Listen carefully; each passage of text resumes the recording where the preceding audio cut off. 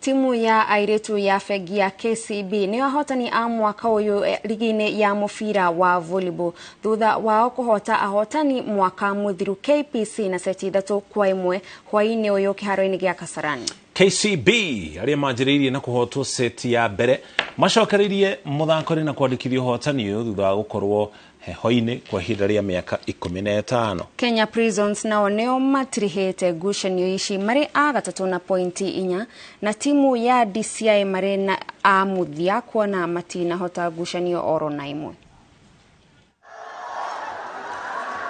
They fought it all and we managed to get this win. And I also say that I'm happy that I can say I'm thankful to the KCB management for being patient with us, because 3 years down the line we could not win, but now we have won in the 4th year.